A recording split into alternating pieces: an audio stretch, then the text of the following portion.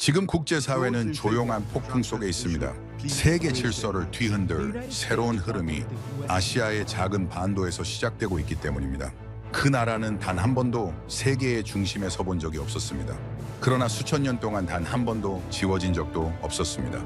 그리고 지금 21세기의 기술, 안보, 산업 패권을 가르는 갈림길에서 전 세계 초강대국들이 그 나라의 선택을 숨죽이며 지켜보고 있습니다. 그 나라는 바로 대한민국입니다. 하지만 세계는 한국을 단 한 번도 제대로 이해하지 못했습니다. 전쟁, 붕괴, 부활을 반복하면서 살아남아온 이해 불가능한 생존 공식 그 자체였기 때문입니다. 지금까지 알고 있던 한국의 모습은 그저 표면에 불과했습니다. 한국의 진정한 이야기는 바로 이곳에서 시작됩니다. 영상을 시청하신 후 마음에 드신다면 좋아요와 구독 버튼을 꼭 눌러주세요. 여러분의 관심이 저에겐 큰 힘이 됩니다. 그럼 바로 시작하겠습니다. 한국. 이 나라는 지금 국제사회에서 가장 뜨거운 이름입니다. 반도체, 배터리, 조선, 방산에서 세계 최상위권을 차지하고 있죠. 미국도, 중국도, 일본도 한국 없이는 산업을 유지할 수 없는 시대가 왔습니다. 저는 로건 프라이스입니다. 하버드 대학교 국제정치학과 정교수로 20년 넘게 학생들을 가르쳐 왔습니다. 국제안보, 지정학, 군사전략, 동아시아 연구가 제 전문 분야죠. 미 국방부와 나토 자문위원으로도 활동해왔습니다. 북극 항로부터 인도 태평양 전략까지 세계 주요 전략 기획에 참여했습니다. 저는 한국을 20회 이상 방문했습니다. 서울, 부산, 판문점, 그리고 DMZ까지 직접 발로 뛰며 이 나라를 연구했죠. 한국 전쟁 생존자들의 구술 자료를 직접 수집한 몇 안 되는 서구 학자이기도 합니다. 오늘 저는 하버드 국제정치학부에서 특별 강의를 열었습니다. 강의명은 한국, 세계를 뒤흔드는 조용한 초강국이었죠. 단 1시간짜리 특강이었습니다. 강의실은 학생들로 가득 찼습니다. 복도까지 사람들이 서 있었죠. 평소보다 2배는 많은 인원이었습니다. 저는 강의실에 들어서자마자 학생들을 천천히 둘러보며 말했습니다. 여러분이 국제정치 전문가가 되려면 반드시 알아야 할 나라가 하나 있습니다. 한국입니다. 잠시 멈췄다가 덧붙였습니다. 이렇게 많은 학생들이 이 강의실을 찾아온 것 자체가 증거입니다. 지금 한국이 국제 정세의 중심에 서 있다는 증거죠. 학생들 표정이 달라졌습니다. 저는 거대한 세계 지도를 스크린에 띄웠습니다. 그리고 국제 경제 통계 자료들을 하나씩 보여주기 시작했죠. 반도체 메모리 세계 점유율 70% 이상. 이건 단순한 1위가 아닙니다. 독점에 가깝죠. 미국의 데이터 센터, 중국의 스마트폰 공장, 유럽의 자동차 산업이 모두 한국산 반도체에 의존합니다. 배터리 세계 2위. 전기차 시대의 심장입니다. 테슬라도, 폭스바겐도, GM도 한국 배터리 없이는 목표를 달성할 수 없습니다. 조선 세계 1위. LNG 운반선, 초대형 컨테이너선 시장을 거의 독점하고 있죠. 세계 물류의 핵심입니다. 방산 수출 세계 4위권. 불과 10년 전만 해도 10위권 밖이었습니다. 지금은 폴란드, 호주, 노르웨이가 한국 무기를 구매합니다. 저는 계속 말했습니다. 세계 10위권 경제 규모를 가진 나라입니다. 인도 태평양 전략의 핵심 축이죠. 우주 발사체 기술을 독자 개발한 7번째 국가입니다. AI, 로봇, 바이오 분야에서도 급부상하고 있습니다. 삼성, 현대, 한화, 카이 같은 기업들의 글로벌 네트워크가 스크린을 가득 채웠습니다. 저는 결론을 던졌습니다. 한국의 선택 하나가 국제 균형을 흔듭니다. 한국을 모르면 국제 정치를 정확히 읽을 수 없습니다. 학생들이 고개를 끄덕였습니다. 몇몇은 노트북을 꺼내 타이핑을 시작했죠. 저는 다시 질문을 던졌습니다. 그런데 여러분, 어떻게 한국이 이렇게까지 중요한 나라가 되었는지 아십니까? 침묵이었습니다. 대부분이 고개를 저었죠. 당연했습니다. 이건 교과서에 나오지 않는 이야기니까요. 저는 칠판에 천천히 한 문장을 적었습니다. 한국은 존재해서는 안 될 나라였다. 학생들이 술렁이기 시작했습니다. 무슨 말씀이세요? 존재해서는 안 될 나라라니요? 저는 세계사 제국 연표를 펼쳤습니다. 수천 년의 역사가 압축된 거대한 타임라인이었죠. 한국과 비슷한 위치, 비슷한 조건에 있던 나라들을 한번 볼까요? 저는 직접 나열하기 시작했습니다. 흉노. 멸족되었습니다. 중국 한나라의 공격으로 완전히 사라졌죠. 돌궐. 소멸했습니다. 당나라에 흡수되어 흔적도 남기지 못했습니다. 요나라, 금나라. 멸망했습니다. 몽골의 칼날 아래 국가가 해체되었죠. 송나라. 무너졌습니다. 경제적으로 번영했지만 군사적으로 붕괴했습니다. 아즈텍, 잉카. 멸족되었습니다. 유럽 침략자들에게 문명 자체가 파괴당했습니다. 오스만 제국. 해체되었습니다. 600년 제국이 20세기에 무너졌죠. 저는 잠시 멈췄다가 말했습니다. 이들은 모두 한국보다 강대국이었습니다. 학생들 표정이 굳어졌습니다. 저는 다시 물었습니다. 그렇다면 근대는 어떻습니까? 개발도상국에서 선진국 대열에 오른 나라. 전 세계에서 단 한 곳뿐입니다. 저는 단호하게 말했습니다. 한국입니다. 그리고 이런 사례는 앞으로도 나오지 않을 겁니다. 강의실 공기가 묘하게 바뀌었습니다. 저는 천천히 말을 이었습니다. 한국은 역사학적으로 사라졌어야 정상인 국가입니다. 그런데 살아남았죠. 그리고 지금은 세계를 흔들고 있습니다. 프랑스에서 온 학생 클레르가 손을 들었습니다. 하지만 교수님, 한국은 중국과 일본 사이의 약소국 아니었나요? 좋은 질문이었습니다. 전형적인 서구 시각이죠. 저는 미소를 지었습니다. 약소국이 그렇게 오래 살아남을 수는 없습니다. 그리고 고증된 사실들을 던지기 시작했습니다. 고구려. 700년 존속했습니다.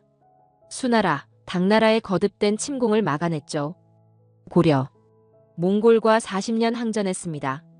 세계 최강 제국을 상대로 한 세대 이상 버텼습니다. 조선. 500년 왕조를 유지했습니다.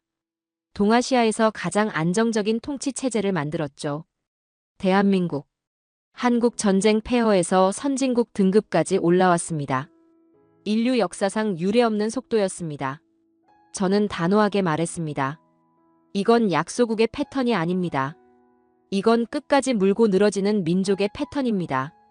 학생들이 모두 조용해졌습니다. 누구도 반박하지 못했죠. 저는 강의실을 천천히 걸으며 말을 이었습니다. 이단 1시간의 강의는 한국을 칭송하는 시간이 아닙니다.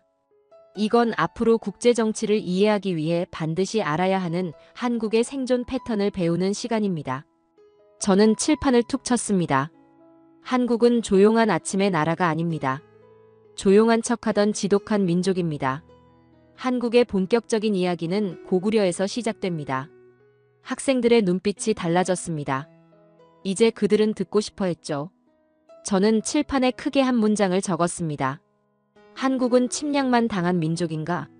학생들이 고개를 끄덕였습니다. 대부분이 그렇게 알고 있었죠.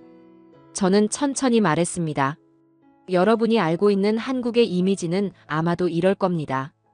중국과 일본 사이에 끼인 작은 나라. 끊임없이 침략당하고 괴롭힘 당한 민족. 학생들이 조용히 듣고 있었습니다. 맞습니다. 침략은 끊임없이 있었습니다. 지정학적 위치 때문이죠. 대륙과 해양을 연결하는 지점에 있었으니까요. 저는 스크린에 고대 동아시아 지도를 띄웠습니다. 하지만 여러분이 모르는 게 하나 있습니다. 저는 목소리를 낮췄습니다. 한국은 그 침략들을 모두 이겨냈습니다. 학생들 표정이 바뀌었습니다. 고구려 이야기부터 시작하겠습니다. 저는 고구려의 영토를 지도에 표시했습니다. 만주 전역, 한반도 북부, 요동 반도까지. 학생들이 지도를 뚫어지게 바라봤습니다. 이게 한반도 국가로 보이십니까? 몇몇 학생들이 고개를 저었습니다. 맞습니다. 고구려는 대륙 국가였습니다. 만주 전체를 지배했죠. 바레만 연안까지 장악했습니다. 저는 고구려의 존속 기간을 칠판에 적었습니다. 700년. 학생들이 놀란 표정을 지었습니다. 700년을 존속한 제국입니다. 로마 제국보다 길었습니다. 몽골 제국보다 훨씬 오래 지속됐죠. 오스만 제국과 비슷한 수준입니다. 저는 잠시 멈췄다가 말했습니다. 그런데 더 중요한 건 이겁니다. 고구려는 단순히 버틴 게 아닙니다. 싸워서 이겼습니다. 저는 고구려 기마군단에 대한 자료를 띄웠습니다. 말을 탄 전사들의 모습, 철제 갑옷과 무기들. 고구려는 강력한 기마 전력을 보유하고 있었습니다. 하루에 수백 리를 이동할 수 있었죠. 철기 기술도 매우 발달했습니다. 갑옷, 투구, 창, 검 모두 철로 만들어졌습니다. 저는 중국 측 기록을 인용했습니다. 중국 역사서에는 이렇게 적혀 있습니다. 고구려인은 키가 크고 체격이 장대하다. 활을 잘 쏘고 말을 잘 탄다. 성격이 사납고 전투를 즐긴다. 학생들이 웃었습니다. 중국인들이 고구려를 두려워했다는 증거입니다. 저는 광개토대왕 이야기로 넘어갔습니다. 4세기 말 광개토대왕이라는 왕이 등장합니다. 그는 즉위 후 20년 동안 7번의 대규모 정복전쟁을 벌였습니다. 지도에 고구려의 영토 확장 과정을 표시했습니다. 북쪽으로는 만주 전역을 장악했습니다. 동쪽으로는 연해주까지 진출했죠. 남쪽으로는 한반도 중부까지 내려왔습니다. 저는 특히 한 가지를 강조했습니다. 심지어 바다를 건너 일본까지 원정을 갔습니다. 당시 일본은 왜라고 불렸죠. 신라를 괴롭히던 왜군을 격퇴했습니다. 학생들이 메모를 하기 시작했습니다. 광개토대왕 이후 장수왕이 즉위합니다. 그는 한강까지 점령했습니다. 지금의 서울이죠. 수도를 평양으로 옮기고 남진 정책을 펼쳤습니다. 저는 다시 강조했습니다. 이게 침략당하기만 한 민족의 모습입니까? 학생들이 고개를 저었습니다. 저는 본격적으로 전투 기록을 설명하기 시작했습니다. 서기 612년 수나라가 침공합니다. 30만 대군이었습니다. 저는 살수대첩 지도를 띄웠습니다. 을지문덕이라는 장군이 있었습니다.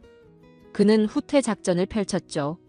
수나라 군대를 깊숙이 끌어들였습니다. 학생들이 집중했습니다. 보급선이 늘어졌습니다. 군사들이 지쳤습니다. 그때 살수라는 강에서 기습했습니다. 저는 천천히 말했습니다. 30만 대군 중 살아 돌아간 병사는 2,700명. 강의실이 조용해졌습니다. 거의 전멸입니다. 중국 역사서에도 기록되어 있습니다. 수나라는 이 전쟁 이후 급격히 쇠퇴했고 결국 멸망했습니다. 저는 다음 자료를 띄웠습니다. 안시성 전투. 수나라가 망하고 당나라가 들어섰습니다. 당태종, 중국 역사상 가장 뛰어난 황제 중 한 명이죠. 그가 직접 고구려를 침공했습니다.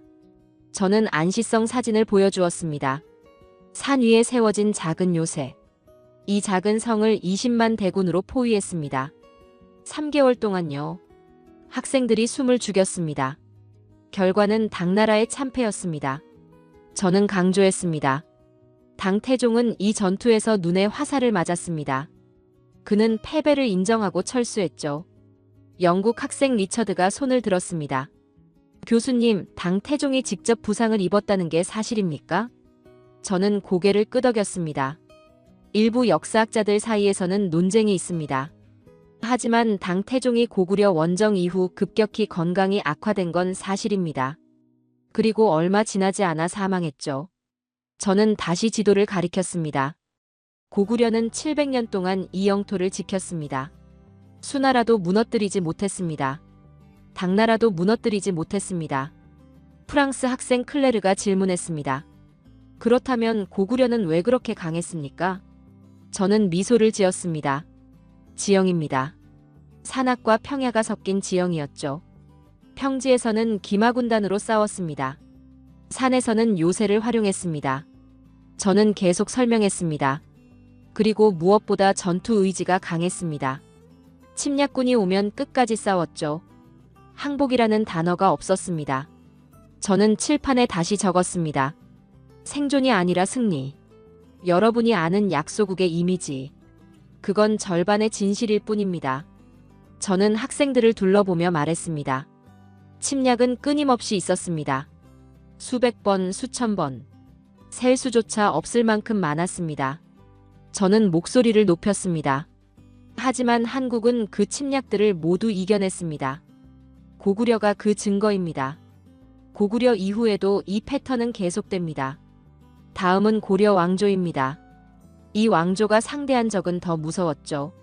저는 칠판에 크게 적었습니다. 몽골 제국. 학생들의 눈빛이 완전히 달라졌습니다. 이제 그들은 한국을 다르게 보기 시작했습니다. 저는 스크린에 거대한 지도를 띄웠습니다. 13세기 몽골 제국의 영토였죠. 학생들이 탄성을 질렀습니다. 유럽 동부에서 중국까지, 중동에서 러시아까지 인류 역사상 가장 거대한 제국이 화면을 가득 채웠습니다. 저는 천천히 말했습니다. 저는 몽골의 정복 목록을 하나씩 나열하기 시작했습니다. 러시아 점령당했습니다. 페르시아 잿더미가 되었습니다. 서하 완전히 멸족당했습니다. 금나라 소멸했습니다. 유럽 동부 초토화되었습니다. 저는 잠시 멈췄다가 말했습니다. 일본도 침공당했습니다. 2번이나요. 태풍 덕분에 기적적으로 살아남았죠. 학생들이 고개를 끄덕였습니다. 몽골의 공포는 누구나 아는 이야기였으니까요. 저는 목소리를 낮췄습니다. 그런데 단 하나의 나라가 있었습니다. 40년 동안 몽골과 맞서 싸운 나라. 저는 칠판에 적었습니다. 고려. 학생들이 술렁이기 시작했습니다. 40년입니다. 한 세대가 넘는 시간이죠. 이건 세계 역사에서 유례가 없는 기록입니다. 저는 고려의 항전 전략을 설명하기 시작했습니다. 1231년 몽골이 처음 침공했습니다. 고려 조정은 결단을 내렸습니다. 강화도로 천도했죠. 지도에 강화도 위치를 표시했습니다. 섬입니다. 바다로 둘러싸인 요새였죠. 저는 강조했습니다. 몽골의 가장 큰 약점이 뭘까요? 학생들이 생각에 잠겼습니다. 해전입니다. 몽골은 육지에서는 무적이었지만 바다에서는 약했습니다. 고려는 이걸 정확히 파악했죠. 저는 계속 설명했습니다. 왕실과 정부를 강화도로 옮겼습니다. 그리고 선언했습니다. 백성 단 한 명도 항복시키지 않겠다고. 학생들이 놀란 표정을 지었습니다. 의병들이 전국에서 일어났습니다. 지방군이 끝까지 저항했습니다. 몽골군이 어디를 가든 싸움이 벌어졌죠. 저는 몽골의 침공 횟수를 칠판에 적었습니다. 9차례. 몽골은 9번 침공했습니다. 그리고 그 9번 모두 고려를 굴복시키는데 실패했죠. 중국계 학생 리우가 손을 들었습니다. 교수님, 40년이라는 시간 동안 고려는 어떻게 버틸 수 있었습니까? 저는 고개를 끄덕였습니다. 지독함입니다. 저는 그 단어를 천천히 반복했습니다. 지독함. 전쟁 중에도 고려는 8만 대장경을 만들었습니다. 나무판에 불경을 새긴 거죠. 8만 장이 넘습니다. 학생들이 믿기지 않는다는 표정을 지었습니다. 전쟁 중에 왜 그런 걸 만들었을까요? 저는 설명했습니다. 부처의 힘으로 몽골을 물리치려 했던 겁니다. 종교적 이유였죠. 하지만 더 중요한 건 이겁니다. 저는 강조했습니다. 전쟁 중에도 국가 시스템이 무너지지 않았다는 증거입니다. 행정이 작동했고 기술자들이 일했고 문화가 유지되었다는 뜻이죠. 저는 다른 나라들과 비교했습니다. 러시아는 몽골에게 정복당한 후 200년 이상 지배받았습니다. 페르시아는 완전히 파괴되었죠. 중국도 원나라가 되어 몽골의 일부가 되었습니다. 저는 목소리를 높였습니다. 하지만 고려는 40년을 버텼습니다. 왕조가 유지되었고 문화가 살아있었고 백성들이 싸웠습니다. 영국 학생 리처드가 질문했습니다. 그렇다면 결국 고려는 항복한 겁니까? 저는 잠시 생각하는 척했습니다. 항복이라는 단어는 정확하지 않습니다. 협상에 가깝죠. 저는 설명했습니다. 40년 전쟁 후 고려는 몽골과 평화협정을 맺었습니다. 하지만 왕조는 유지되었습니다. 왕실 혈통도 끊기지 않았죠. 내정의 상당 부분을 자치로 운영했습니다. 저는 비교 자료를 띄웠습니다. 다른 나라들을 보십시오. 왕이 처형당하고 귀족이 학살당하고 문화가 말살되었습니다. 하지만 고려는 달랐습니다. 저는 강조했습니다. 이건 완전한 패배가 아니었습니다. 생존이었습니다. 프랑스 학생 클레르가 말했습니다. 하지만 결국 몽골의 영향 아래 들어간 거 아닙니까? 저는 미소를 지었습니다. 영향은 있었습니다. 하지만 몽골은 침략 대상국을 말살시키는 민족입니다. 결론적으로는 몽골도 고려를 완전히 지배하지는 못했죠. 저는 한 가지 사실을 추가했습니다. 심지어 고려는 몽골의 일본 원정에 참여했습니다. 배와 군사를 제공했죠. 이건 단순한 속국의 모습이 아닙니다. 동맹에 가까운 관계였습니다. 저는 칠판에 다시 적었습니다. 40년 항전. 여러분, 이게 무슨 의미인지 아십니까? 저는 학생들을 둘러보며 말했습니다. 한 세대가 전쟁 속에서 태어나 전쟁 속에서 죽었다는 뜻입니다. 할아버지가 싸우고 아버지가 싸우고 아들이 싸웠다는 뜻이죠. 그런데도 포기하지 않았습니다. 저는 목소리를 낮췄습니다. 이건 미친 수준의 집념입니다. 학생들이 완전히 침묵했습니다. 저는 고려의 다른 전투 기록도 언급했습니다. 고려는 몽골 이전에도 강했습니다. 거란족과 싸워 이겼죠.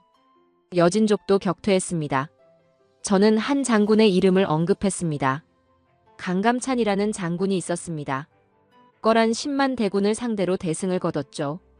귀주대첩이라고 부릅니다. 저는 다시 강조했습니다. 고려는 방어만 한 게 아닙니다. 선제 공격도 했습니다. 여진족 영토에 9개 성을 건설했죠. 지금도 그 흔적이 남아 있습니다. 저는 학생들에게 질문을 던졌습니다. 이게 약소국의 모습입니까? 학생들이 고개를 저었습니다. 저는 결론을 말했습니다. 고려는 세계 최강 몽골 제국조차 완전히 무너뜨리지 못한 나라입니다. 40년을 버텼고 협상으로 마무리했고 왕조를 유지했습니다. 저는 마지막 문장을 천천히 말했습니다. 이 지독한 생존력은 다음 왕조로 이어집니다. 조선입니다. 저는 칠판에 적었습니다. 조선 500년 왕조. 학생들이 다시 집중했습니다. 이제 그들은 패턴을 보기 시작했습니다. 저는 칠판에 크게 숫자를 적었습니다. 500년. 학생들이 그 숫자를 바라봤습니다. 조선 왕조가 지속된 기간입니다. 저는 세계 역사와 비교하기 시작했습니다. 영국의 튜더 왕조 118년, 프랑스의 부르봉 왕조 204년, 러시아의 로마노프 왕조 304년. 저는 손가락으로 칠판을 두드렸습니다. 조선은 500년입니다. 학생들이 놀란 표정을 지었습니다. 하지만 오늘 제가 말하고 싶은 건 기간이 아닙니다. 저는 스크린을 켰습니다. 조선의 지도가 나타났습니다. 조선에 대한 흔한 오해가 있습니다. 저는 학생들을 둘러보며 물었습니다. 조선은 평화주의 국가였다. 몇몇 학생들이 고개를 끄덕였습니다. 저는 천천히 말했습니다. 절반만 맞습니다. 저는 칠판에 적었습니다. 조선은 칼을 뽑지 않았을 뿐 칼이 없었던 게 아니다. 학생들이 집중했습니다. 1419년 대마도 정벌이 있었습니다. 저는 지도에 대마도 위치를 표시했습니다. 일본과 한반도 사이의 작은 섬. 일본 해적들이 조선 연안을 습격했습니다. 약탈하고 백성들을 납치했죠. 저는 계속 설명했습니다. 조선은 참았습니다. 경고했습니다. 하지만 해적들은 멈추지 않았죠. 저는 목소리를 높였습니다. 그래서 조선은 결정했습니다. 대마도를 직접 치기로. 학생들이 앞으로 몸을 기울였습니다. 227척의 전함. 1만 7천 명의 병력. 조선 수군이 대마도로 출발했습니다. 저는 강조했습니다. 단 3일 만에 대마도를 제압했습니다. 학생들이 탄성을 질렀습니다. 일본 무사들 대부분이 전사했습니다. 섬 전체가 불탔죠. 조선군은 목적을 달성하고 돌아왔습니다. 저는 덧붙였습니다. 그 후 대마도는 200년 동안 조선의 조공을 바쳤습니다. 일본 역사서에는 거의 기록되지 않았죠. 그들에게는 치욕이었으니까요. 일본 학생 유키가 놀란 표정으로 손을 들었습니다. 교수님, 그게 사실입니까? 저는 고개를 끄덕였습니다. 조선왕조실록에 상세히 기록되어 있습니다. 일본 측 기록에도 단편적으로 남아있죠. 저는 다음 이야기로 넘어갔습니다. 북쪽도 마찬가지였습니다. 저는 지도에 한반도 북부를 표시했습니다. 여진족이 북쪽 국경을 위협했습니다. 조선은 어떻게 했을까요? 저는 잠시 멈췄다가 말했습니다. 영토를 확장했습니다. 학생들이 놀랐습니다. 사군육진이라고 부릅니다. 4개 군, 6개 진. 북방에 10개의 군사 거점을 건설한 겁니다. 저는 강조했습니다. 이 작전으로 여진족을 밀어냈습니다. 그리고 지금 여러분이 지도에서 보는 한반도 북쪽 국경선. 바로 그때 확정된 겁니다. 저는 칠판을 쳤습니다. 600년 전에 조선 장군들이 칼로 그은 선입니다. 학생들이 탄성을 질렀습니다. 영국 학생 리처드가 질문했습니다. 하지만 교수님, 조선은 확장전쟁을 거의 하지 않았잖아요? 저는 미소를 지었습니다. 맞습니다. 하지만 이해하셔야 합니다. 저는 설명했습니다. 조선은 영토욕이 없었을 뿐입니다. 전쟁 능력이 없었던 게 아니죠. 저는 조선의 군사 기술을 설명하기 시작했습니다. 조선 수군은 세계 최강이었습니다. 저는 거북선 그림을 띄웠습니다. 거북선. 세계 최초의 철갑선이었습니다. 16세기에 만들어졌죠. 학생들이 놀란 표정을 지었습니다. 조선의 화포 기술도 뛰어났습니다. 신기전이라는 로켓 무기도 있었죠. 화차라는 다연장 로켓 발사대도 만들었습니다. 저는 강조했습니다. 이건 16세기 기술입니다. 유럽보다 앞선 부분도 많았죠. 저는 임진왜란 이야기를 꺼냈습니다. 1592년 일본이 조선을 침공했습니다. 도요토미 히데요시가 이끈 20만 대군이었죠. 저는 지도에 일본군의 진격로를 표시했습니다. 초반에는 일본군이 빠르게 북상했습니다. 육지 전투에서 조선군이 고전했죠. 저는 잠시 멈췄다가 말했습니다. 하지만 바다는 달랐습니다. 저는 이순신이라는 이름을 칠판에 적었습니다. 이순신 장군. 조선 수군을 이끌었죠. 저는 전투 기록을 하나씩 나열했습니다. 옥포해전 승리. 사천해전 승리. 한산도 대첩 대승. 명량해전 기적적 승리. 저는 특히 명량해전을 강조했습니다. 12척의 배로 133척의 일본 전함을 상대했습니다. 그리고 이겼습니다. 학생들이 믿기지 않는다는 표정을 지었습니다. 일본군은 바다에서 완전히 붕괴했습니다. 보급로가 끊겼죠.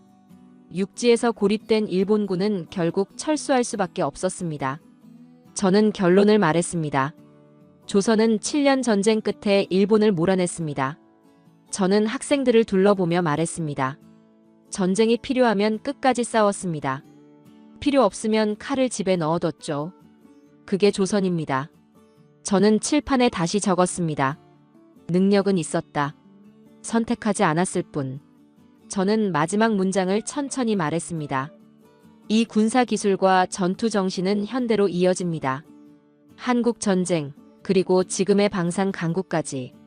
저는 스크린을 껐습니다. 다음은 근현대로 넘어가겠습니다. 한국이 폐허에서 어떻게 일어섰는지 보시겠습니다. 학생들의 눈빛이 완전히 달라져 있었습니다. 예정되어 있던 1시간의 강의 시간이 지나고 있었지만 아무도 일어나지 않았죠. 저는 스크린에 사진 한 장을 띄웠습니다. 1953년 서울의 모습이었습니다. 폐허였습니다. 건물은 무너져 있었고 거리는 잿더미였습니다. 학생들이 침묵했습니다. 저는 천천히 말했습니다. 1953년 한국 전쟁이 끝났습니다. 이게 그때 서울의 모습입니다. 저는 다른 사진들을 연달아 띄웠습니다. 부산, 대구, 평양, 인천. 어디든 똑같았습니다. 국토의 80%가 파괴되었습니다. 산업시설은 거의 전멸했죠. 500만 명이 피난민이 되었습니다. 저는 세계은행 자료를 보여주었습니다. 1953년 한국의 1인당 GDP 79달러였습니다. 저는 비교 자료를 띄웠습니다. 같은 시기 필리핀은 200달러, 태국은 150달러, 인도도 한국보다 나았습니다. 저는 강조했습니다. 한국은 세계에서 가장 가난한 나라 중 하나였습니다. 학생들이 화면을 뚫어지게 바라봤습니다. 저는 계속 말했습니다. 유엔은 한국을 원조 대상국으로 지정했습니다. 미국이 식량과 물자를 보냈죠. 전 세계가 한국을 불쌍히 여겼습니다. 저는 잠시 멈췄다가 말했습니다. 이 상황에서 살아남을 확률은 거의 없었습니다. 미국 학생 제이크가 손을 들었습니다. 교수님, 한국은 미국 원조 덕분에 살아난 거 아닙니까? 저는 고개를 끄덕였습니다. 좋은 질문입니다. 저는 칠판에 질문을 적었습니다. 원조를 받은 나라는 한국뿐이었나? 저는 대답했습니다. 아닙니다. 저는 목록을 나열하기 시작했습니다. 필리핀, 미국 원조를 받았습니다. 베트남, 미국 원조를 받았습니다. 캄보디아, 미국 원조를 받았습니다. 아프리카 여러 나라, 유럽 원조를 받았습니다. 저는 질문을 던졌습니다. 그렇다면 왜 한국만 성공했을까요? 학생들이 조용해졌습니다. 저는 경제 성장 그래프를 띄웠습니다. 1960년 한국 1인당 GDP 79달러, 2023년 한국 1인당 GDP 33,000달러 이상. 저는 강조했습니다. 400배 이상 성장했습니다. 학생들이 탄성을 질렀습니다. OECD 사무총장의 발언입니다. 인류 역사상 유일한 기적급 성장이라고 했죠. 저는 다른 나라들과 비교했습니다. 같은 시기 필리핀은 어떻게 되었습니까? 여전히 개발도상국입니다. 베트남은요? 최근에야 성장하기 시작했죠. 저는 단호하게 말했습니다. 원조는 씨앗일 뿐입니다. 한국은 그 씨앗을 받아 숲을 만들어냈습니다. 저는 한국의 산업화 과정을 설명하기 시작했습니다. 1960년대 경공업부터 시작했습니다. 섬유, 신발, 가발. 노동집약적 산업이었죠. 저는 계속 설명했습니다. 1970년대 중화학공업으로 전환했습니다. 철강, 조선, 석유화학. 정부가 전략적으로 육성했죠. 저는 포항제철 이야기를 꺼냈습니다. 세계은행은 한국의 제철소 건설을 반대했습니다. 불가능하다고 했죠. 하지만 한국은 밀어붙였습니다. 저는 결과를 보여주었습니다. 포항제철은 세계 최고 수준의 제철소가 되었습니다. 지금은 포스코라는 이름으로 글로벌 기업이죠. 저는 조선산업으로 넘어갔습니다. 1970년대 초반 한국은 배 한 척 제대로 만들지 못했습니다. 그런데 세계 1위 조선 국가가 되었습니다. 학생들이 놀란 표정을 지었습니다.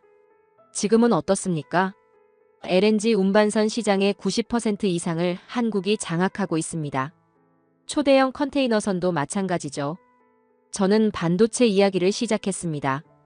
1980년대 한국은 반도체 산업에 뛰어들었습니다.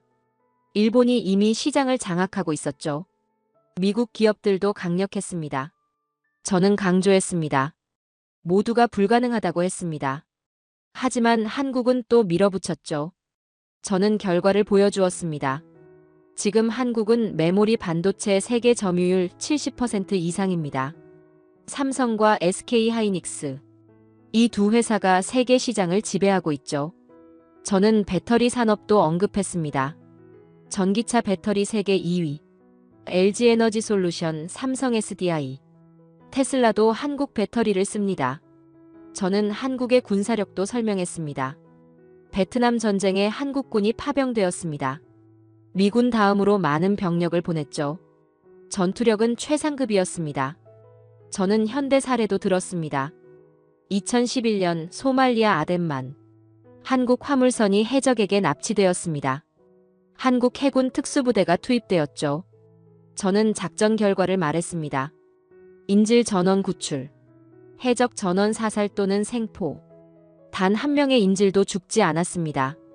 학생들이 박수를 쳤습니다. 저는 방산 수출 이야기로 넘어갔습니다. 2000년대 초반까지만 해도 한국 무기는 별로 알려지지 않았습니다. 지금은 어떻습니까? 저는 자료를 띄웠습니다. 방산 수출 세계 4위권. 폴란드가 한국 전차와 자주포를 대량 구매했습니다.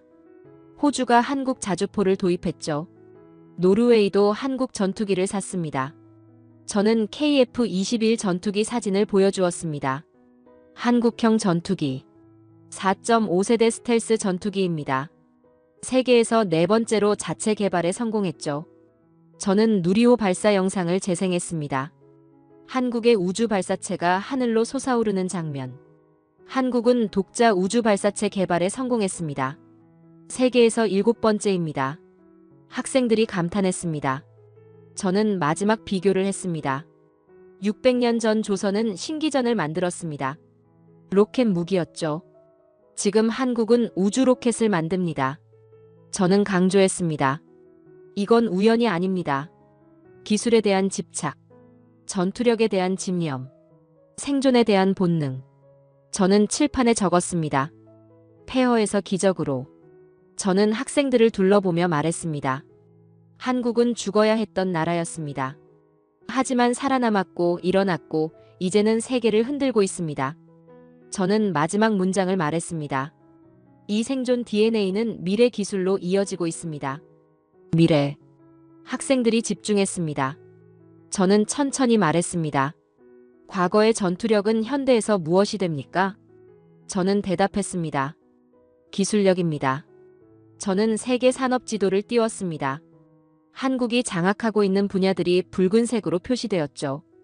반도체 세계 1위, 배터리 세계 2위, 조선 세계 1위, 디스플레이 세계 1위, 스마트폰 세계 3위권. 저는 강조했습니다. 이건 단순한 1위가 아닙니다. 세계가 한국 없이는 돌아갈 수 없다는 뜻입니다. 저는 반도체 공급망 자료를 보여주었습니다.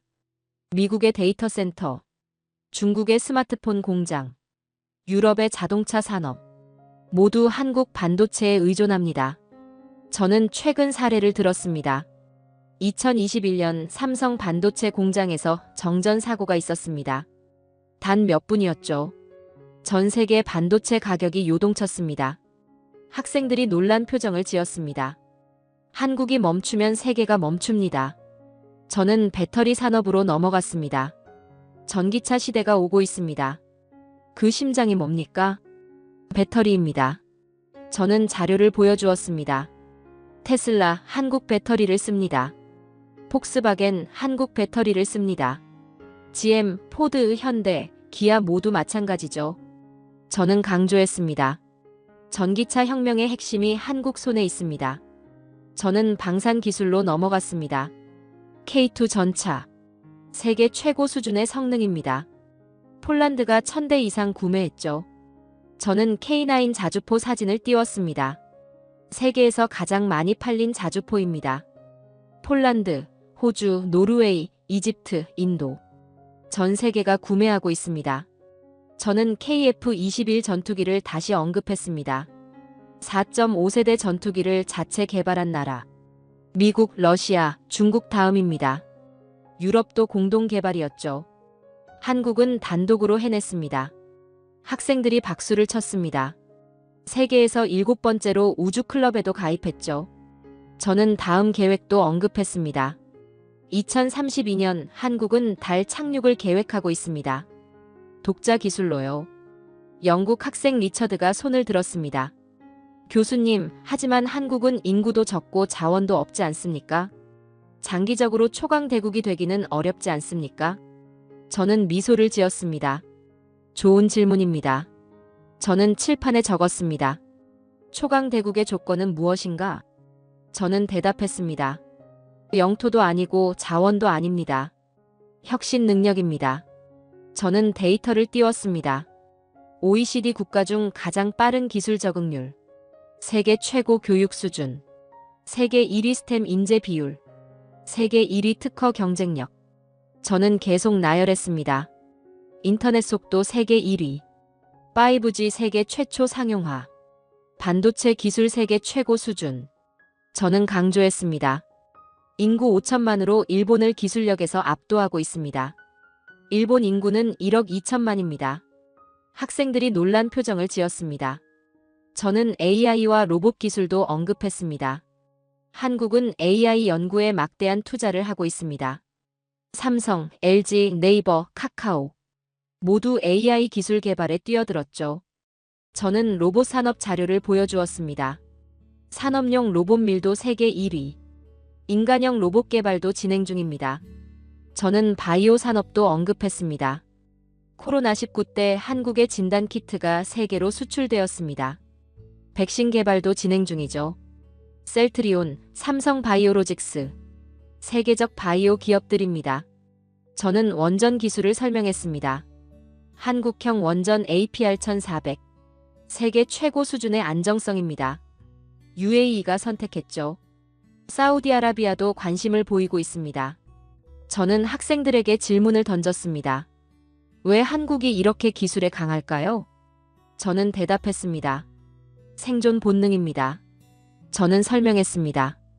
한국은 자원이 없었습니다. 영토도 작았습니다. 그래서 기술로 살아남아야 했죠. 저는 강조했습니다. 고구려가 산성을 만들 때부터 시작되었습니다. 조선이 거북선을 만들 때 계속되었습니다.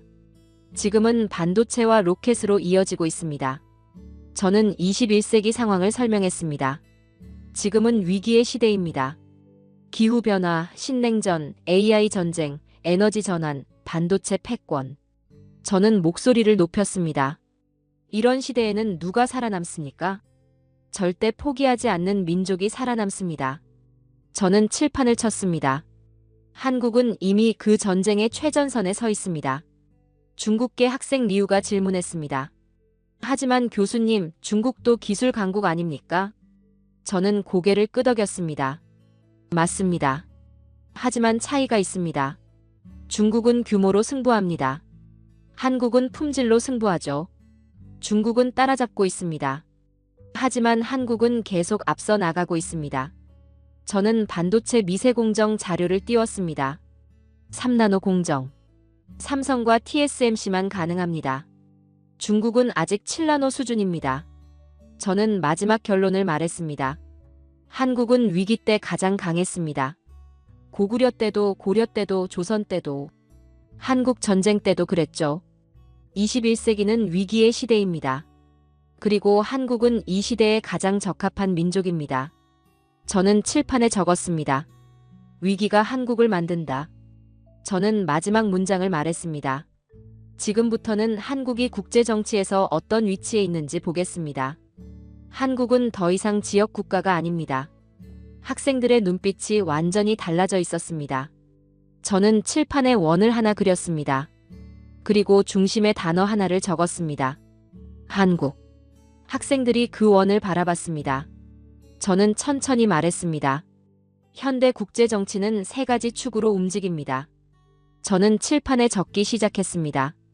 기술, 안보, 공급망. 저는 원 주위에 세 개의 화살표를 그렸습니다. 모두 한국을 가리키고 있었죠. 이 세 가지의 중심에 한국이 있습니다. 학생들이 앞으로 몸을 기울였습니다. 저는 첫 번째 축을 설명하기 시작했습니다. 기술 공급망. 저는 반도체 산업 지도를 띄웠습니다. 미국이 설계합니다. 네덜란드가 장비를 만듭니다. 한국과 대만이 생산합니다. 저는 강조했습니다. 이 중 하나라도 빠지면 전체가 멈춥니다. 한국이 없으면 세계 반도체 산업이 붕괴합니다. 저는 배터리도 언급했습니다. 전기차 배터리. 한국과 중국이 양분하고 있죠. 하지만 고급 배터리는 한국이 압도적입니다. 저는 두 번째 축으로 넘어갔습니다. 안보. 저는 인도 태평양 전략 지도를 띄웠습니다. 미국의 인도 태평양 전략. 이 전략의 핵심 파트너가 누구일까요? 저는 나열했습니다. 일본, 호주, 그리고 한국입니다. 저는 한국의 지정학적 위치를 강조했습니다. 한국은 중국과 일본 사이에 있습니다. 북한과 직접 대치하고 있죠. 러시아와도 가깝습니다. 저는 단호하게 말했습니다. 동아시아 안보의 핵심입니다. 저는 한국 군사력 자료를 띄웠습니다. 세계 최상위권 군사력. 상비군 50만. 예비군 300만. 첨단 무기 체계. 저는 강조했습니다. 이건 단순한 숫자가 아닙니다. 실전 경험이 있는 군대입니다. 저는 세 번째 축을 설명했습니다. 경제. 저는 G20 회원국 지도를 띄웠습니다. 한국이 표시되어 있었죠. 세계 10위권 경제. OECD 핵심 회원국. 저는 계속 설명했습니다. 한국은 중견국 외교의 교과서입니다. 초강대국도 아니고 약소국도 아니죠.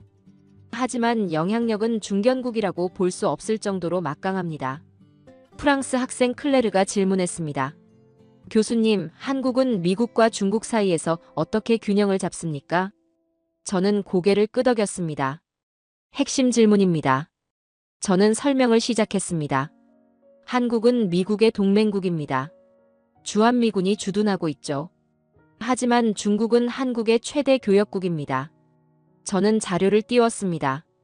한국의 대중국 수출 비중 25%. 무시할 수 없는 수치입니다. 한국은 줄타기를 하고 있습니다. 매우 어려운 줄타기죠. 저는 하지만 다른 관점을 제시했습니다. 하지만 이건 약점이 아닙니다. 강점입니다. 학생들이 의아한 표정을 지었습니다. 저는 설명했습니다. 미국도 한국이 필요합니다. 중국도 한국이 필요합니다. 일본도 한국이 필요하죠. 저는 하나씩 설명하기 시작했습니다. 미국에게 한국은 인도 태평양 전략의 핵심입니다. 한국 없이는 중국을 견제할 수 없죠. 중국에게 한국은 반도체와 배터리의 공급처입니다. 한국 기술 없이는 산업을 유지할 수 없습니다. 일본에게 한국은 경쟁자이자 협력자입니다. 반도체, 배터리, 조선에서 한국 없이는 경쟁력을 유지할 수 없죠. 저는 단호하게 말했습니다. 한국은 더 이상 선택받는 위치가 아닙니다. 선택하는 위치입니다. 영국 학생 리처드가 손을 들었습니다. 그렇다면 한국은 앞으로 어떻게 될까요? 저는 미소를 지었습니다. 여러분이 놓치고 있는 게 있습니다. 저는 칠판을 쳤습니다. 한국은 이미 살아남았습니다. 학생들이 멈칫했습니다. 저는 설명했습니다. 살아남는 나라가 아닙니다. 상황을 바꾸는 나라입니다. 저는 증거를 제시하기 시작했습니다. 미국의 인도 태평양 전략. 한국이 핵심 파트너로 명시되어 있습니다. 중국의 반도체 굴기. 한국 기술 없이는 불가능합니다. 일본의 반도체 재건. 한국과 협력해야만 가능합니다. 유럽의 배터리 산업. 한국 기업들이 공장을 짓고 있습니다. 중동의 원전 건설. 한국형 원전이 선택되고 있습니다. 저는 강조했습니다. 한국은 주변 강대국의 피해자가 아닙니다. 그들의 산업과 안보를 좌우하는 구조적 핵심국입니다. 나토 회원국들이 한국 무기를 삽니다. 이게 무슨 의미입니까? 저는 대답했습니다. 한국이 서방 진영의 일원으로 인정받았다는 뜻입니다. 저는 우주협력도 언급했습니다. 나사와 한국항공우주연구원이 협력하고 있습니다. 달 탐사 프로그램에 한국이 참여하죠. 저는 학생들을 둘러보며 말했습니다. 한국은 더 이상 지역 국가가 아닙니다. 글로벌 축국입니다. 저는 칠판에 다시 적었습니다. 축국. 국제 질서를 떠받치는 기둥 중 하나라는 뜻입니다. 중국계 학생 리우가 질문했습니다. 하지만 교수님, 중국이 한국을 압박하면 어떻게 됩니까? 저는 천천히 대답했습니다. 중국도 한국을 함부로 다룰 수 없습니다. 한국이 반도체 수출을 중단하면 중국 산업이 타격을 받습니다. 한국이 배터리 공급을 줄이면 중국 전기차 산업이 흔들립니다. 저는 강조했습니다. 상호 의존입니다. 중국도, 미국도, 일본도 한국을 필요로 합니다. 저는 마지막 결론을 준비했습니다. 700년 전 고구려는 산악을 지배했습니다. 600년 전 조선은 바다를 지배했습니다. 지금 한국은 기술과 산업을 지배하고 있습니다. 저는 목소리를 높였습니다. 이건 우연이 아닙니다. 생존 본능입니다. 전투 DNA입니다. 저는 칠판에 마지막 문장을 적었습니다. 한국은 조용히 세계의 중심으로 들어왔다. 저는 학생들을 바라보며 말했습니다. 마지막으로 한국을 어떻게 이해해야 하는지 정리하겠습니다. 학생들이 숨을 죽이고 있었습니다. 그들은 이미 한국을 다르게 보고 있었습니다. 저는 칠판에 적힌 모든 내용을 지웠습니다. 깨끗한 칠판만 남았죠. 학생들이 조용히 기다렸습니다. 저는 천천히 돌아서서 그들을 바라봤습니다. 지금까지 우리는 한국의 역사를 훑어봤습니다. 저는 손가락을 하나씩 펴며 말했습니다. 고구려 700년, 고려, 몽골과 40년 항전, 조선 500년 왕조, 대한민국 폐허에서 선진국으로. 저는 잠시 멈췄다가 말했습니다. 이제 여러분께 질문을 하나 하겠습니다. 저는 칠판에 크게 적었습니다. 한국은 무엇인가? 학생들이 생각에 잠겼습니다. 저는 천천히 걸으며 말을 이었습니다. 한국은 인류 역사에서 가장 오래 살아남은 단일 민족 국가 중 하나입니다. 저는 강조했습니다. 전쟁에 지지 않았습니다. 멸망하지 않았습니다. 폐허 속에서 초강국의 문을 열었습니다. 저는 스크린에 지도를 띄웠습니다. 고구려부터 현대 한국까지의 영토 변화. 영토는 줄어들었습니다. 하지만 국가는 사라지지 않았죠. 민족은 살아남았습니다. 저는 다른 제국들과 비교했습니다. 로마 제국은 사라졌습니다.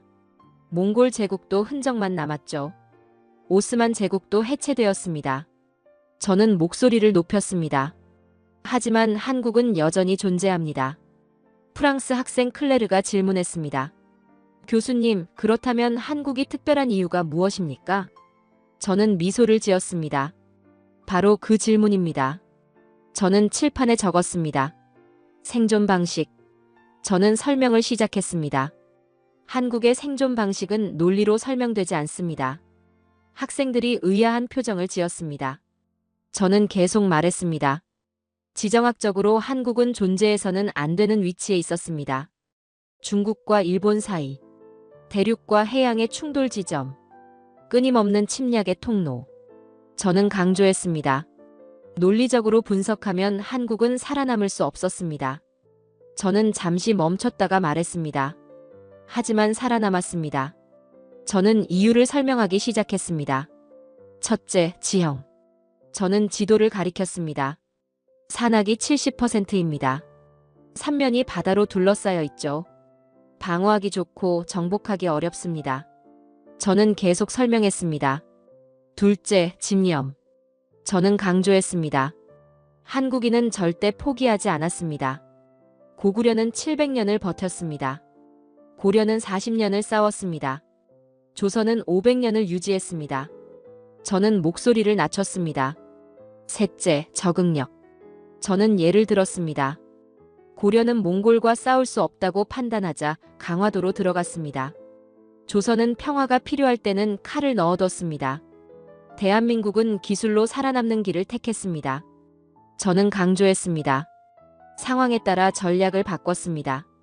하지만 핵심은 변하지 않았죠. 생존입니다. 영국 학생 리처드가 말했습니다. 그렇다면 한국의 미래는 어떻게 될까요? 저는 칠판에 다시 적었습니다. 한국의 미래. 저는 천천히 말했습니다. 21세기는 기술의 시대입니다. 반도체, 배터리, AI, 우주. 한국은 이 모든 분야에서 선두권에 있습니다. 저는 강조했습니다. 한국은 위기 때 가장 강했습니다. 그리고 21세기는 위기의 시대입니다. 저는 나열했습니다. 기후위기, 신냉전, AI 전쟁, 에너지 전환, 반도체 패권. 저는 단호하게 말했습니다. 이런 시대에 살아남는 민족은 누구입니까? 절대 포기하지 않는 민족입니다. 저는 칠판을 쳤습니다. 한국입니다. 중국계 학생 리우가 마지막 질문을 했습니다. 교수님, 그렇다면 한국은 초강대국이 될 수 있습니까? 저는 잠시 생각했습니다. 초강대국의 정의가 무엇입니까? 저는 대답했습니다. 군사력으로만 따지면 미국, 중국, 러시아가 초강대국이죠. 하지만 영향력으로 따지면 다릅니다. 이건 전통적인 초강대국의 모습이 아닙니다. 하지만 21세기형 강대국의 모습입니다. 저는 칠판에 마지막 문장을 적었습니다. 한국은 조용히 세계를 바꾸고 있다. 저는 학생들을 천천히 둘러보며 말했습니다. 저는 20년 넘게 국제정치를 연구했습니다. 수많은 나라의 흥망을 봤죠. 그중 한국만큼 예측 불가능한 나라는 없었습니다. 저는 계속 말했습니다. 역사적으로 사라졌어야 했던 나라가 가장 치열하게 버텼습니다. 가장 빠르게 일어섰습니다. 이제는 세계의 심장부를 움직이고 있습니다. 저는 마지막 결론을 준비했습니다. 한국을 완전히 이해하는 것은 불가능합니다. 학생들이 숨을 죽였습니다. 저는 천천히 말했습니다. 왜냐하면 한국의 생존 방식은 논리가 아니라 본능이기 때문입니다. 하지만 그들의 생존, 기술, 집념, 그리고 무서운 본능을 읽는다면 저는 목소리를 높였습니다. 여러분은 21세기를 지배하는 힘의 흐름을 누구보다 정확히 이해하게 될 것입니다. 저는 칠판을 마지막으로 한번 쳤습니다. 한국을 이해하는 것이 국제 정치를 이해하는 것입니다. 강의실이 완전히 조용해졌습니다. 저는 책을 덮으며 말했습니다. 이것으로 오늘 강의를 마치겠습니다. 그러나 아무도 일어나지 않았습니다. 학생들은 여전히 자리에 앉아 있었습니다. 생각에 잠긴 표정으로. 몇 초간의 침묵 후 한 학생이 박수를 쳤습니다. 그리고 다른 학생들도 따라 박수를 쳤죠. 강의실이 박수 소리로 가득 찼습니다. 저는 고개를 숙여 인사했습니다. 학생들은 천천히 강의실을 나갔습니다. 하지만 그들의 눈빛은 달라져 있었습니다. 이제 그들은 한국을 알았습니다. 침략당한 약소국이 아니라 지독하게 살아남은 전투민족을, 조용한 아침의 나라가 아니라 조용한 척하던 강한 민족을. 저는 칠판을 바라봤습니다. 한국을 이해하는 것이 국제 정치를 이해하는 것입니다. 그 문장이 여전히 남아 있었습니다. 오늘의 사연은 여기까지입니다. 한국의 역사는 단순한 기록이 아니라 무너진 자리에서 다시 일어서는 힘을 증명해 온 여정이었습니다. 세계는 지금도 이 작은 나라가 어떻게 거대한 흐름을 움직이는지 이해하려 애쓰고 있습니다. 그러나 한국을 설명하는 공식은 그 어디에도 존재하지 않습니다. 다만 분명한 사실 하나. 한국은 늘 불가능을 가능으로 바꿔왔고 앞으로도 그럴 것입니다. 그렇기에 우리는 다시 묻습니다. 세계는 과연 한국의 다음 움직임을 준비하고 있는가? 긴 영상 시청해주셔서 감사합니다. 내일은 더 좋은 영상으로 찾아오겠습니다.